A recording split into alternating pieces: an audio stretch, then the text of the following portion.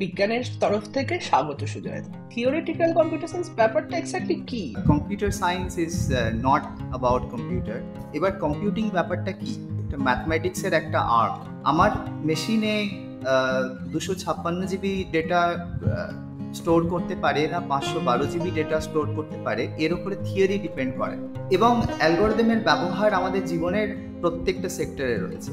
মানে আমরা যেরকম কারোর সাথে দেখা হলে জিজ্ঞেস করি যে আপনি কেমন আছেন বা সব ঠিকঠাক আছে, তো এটা কারোর সাথে দেখা হলে বলতে যে I have a problem for you. Steve Jobs একবার বলেছিলেন যে আমি আমার জীবনের মানে যত টাকা পয়সা ওয়েলথ যা অ্যাকোয়ার করেছি এই সমস্ত কিছু দিয়ে দিতে পারি যদি আমি একটা সন্ধে অ্যারিস্টটলের সাথে কথা বলতে পারি।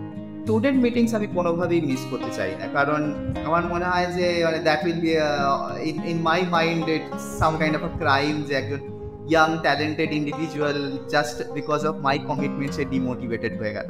মানুষ যখন তার নিজের ভাষায় সেটাকে চর্চা করে তার প্রোগ্রেস অনেক ফাস্ট হয়। তো আমার মনে হয় যে তোমরা একদম মানে এই ব্রিজটা তৈরি করছো আর কি, উইচ ইজ ভেরি ইম্পর্টেন্ট।